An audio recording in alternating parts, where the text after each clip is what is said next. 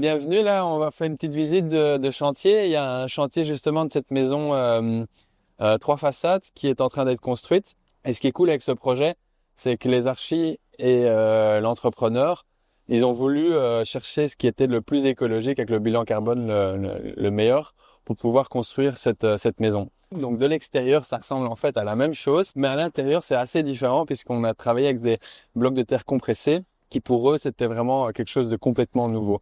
Mais là, je vais vous montrer que c'était peut-être nouveau, mais au final, c'était pas tellement différent. Bon, on peut faire peut-être d'abord le tour de la maison, comme ça tu vois le mur mitoyen qui va attendre la construction d'une deuxième maison dans le futur.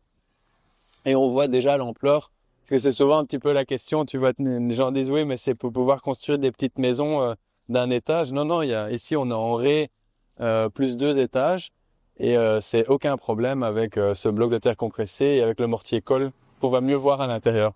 Si on voit toute la construction en bloc porteur de terre compressée de 14 cm et maçonné avec le mortier colle.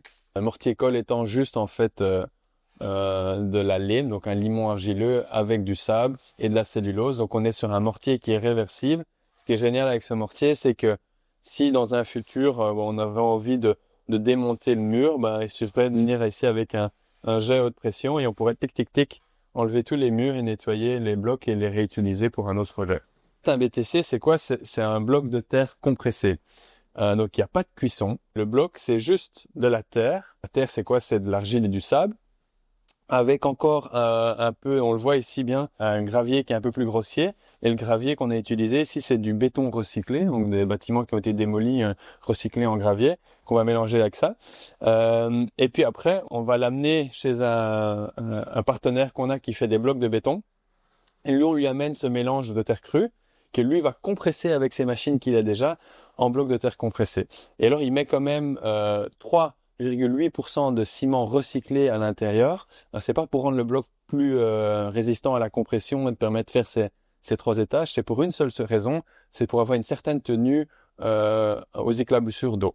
Vous voyez très bien sur ce chantier qu'il y a eu une fuite durant la construction où l'eau est venue contre le mur. Alors on le voit à l'élastique du mur, mais par contre ça n'a absolument aucune répercussion sur la stabilité du mur. Ici, à mon avis, ça va être la future salle de bain qu'ils vont construire. Je pense qu'ici, tu vois, il y a le top de douche qui va être mis. Donc ici, la question qui est souvent posée, c'est est-ce que c'est OK d'utiliser la terre crue à l'intérieur dans une salle de bain? Tous les endroits où il y aura beaucoup d'humidité, c'est aucun problème. D'ailleurs, c'est même super de travailler avec de la terre crue, que ce soit un enduit ou des blocs, parce que ça va réguler l'humidité dans la pièce. Par contre, les endroits ici près de la douche où il y a des risques d'éclaboussure d'eau, où on est sûr qu'il va y avoir des éclaboussures d'eau, on va devoir protéger les murs. Et donc ici, ça va être fait probablement avec une membrane, une membrane étanche, le type Kearney par exemple.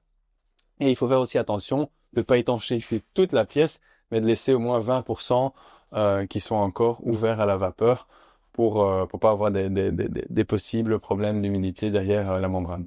Donc ici, la conception du mur, c'est vraiment le système le plus conventionnel qu'on retrouve en Belgique. On a sur une paroi un intérieur portante de 14 cm, l'isolant en lame d'air. Ici, on n'est pas sur l'isolant le plus écologique, mais ça fonctionne aussi. C'est de la laine de roche. Et puis après, on a une brique cuite en parement extérieur. Là, le mur, c'est justement ce qui est super intéressant, c'est que ce mur de 14 cm, avec notre bloc, on l'a déjà testé en laboratoire et on s'est rendu compte qu'on a une résistance au feu de REI 180 minutes. Donc ça veut dire que ça prend 180 minutes pour un mur de 14 sous charge avant de s'affaiblir. Donc il est parfaitement utilisable. Si un jour il y avait le feu dans cette maison, l'autre maison à côté ne va pas prendre feu. Point de vue acoustique, ce qui est aussi assez important entre deux maisons, par exemple, on a une réduction de 55 décibels. C'est quelque chose qui a aussi été testé en laboratoire. Alors ici, on parle de deux maisons l'une à côté de l'autre, mais on pourrait s'imaginer après sur un immeuble d'appartement d'utiliser ce bloc pour pouvoir faire différents murs entre différents appartements. Il n'y a pas tellement de différence sur un bloc de terre cuite ou un bloc de béton sur les applications qu'il y a moyen de faire. Par contre, il y a une énorme différence sur le bilan carbone. Donc le bilan carbone pour pouvoir fabriquer ce bloc, il est 5 fois meilleur que sur un bloc de béton. Et il va être 6 fois meilleur que sur un bloc de terre cuite. Parce qu'il n'y a pas de cuisson et qu'on n'utilise pas de ressources qui viennent de loin ou qui doivent être transformées énormément. C'est juste de la terre crue remélangée. Deuxième point aussi, c'est qu'on est sur un matériau qui va pouvoir être réutilisé, donc on va pas créer de déchets futurs aussi avec ce bloc, hein. J'avais parlé du mortier qui est réversible, mais en même temps, comme le liant principal c'est de l'argile qu'il y a dedans, eh ben on va pouvoir le rebroyer et refaire le même bloc avec les mêmes performances.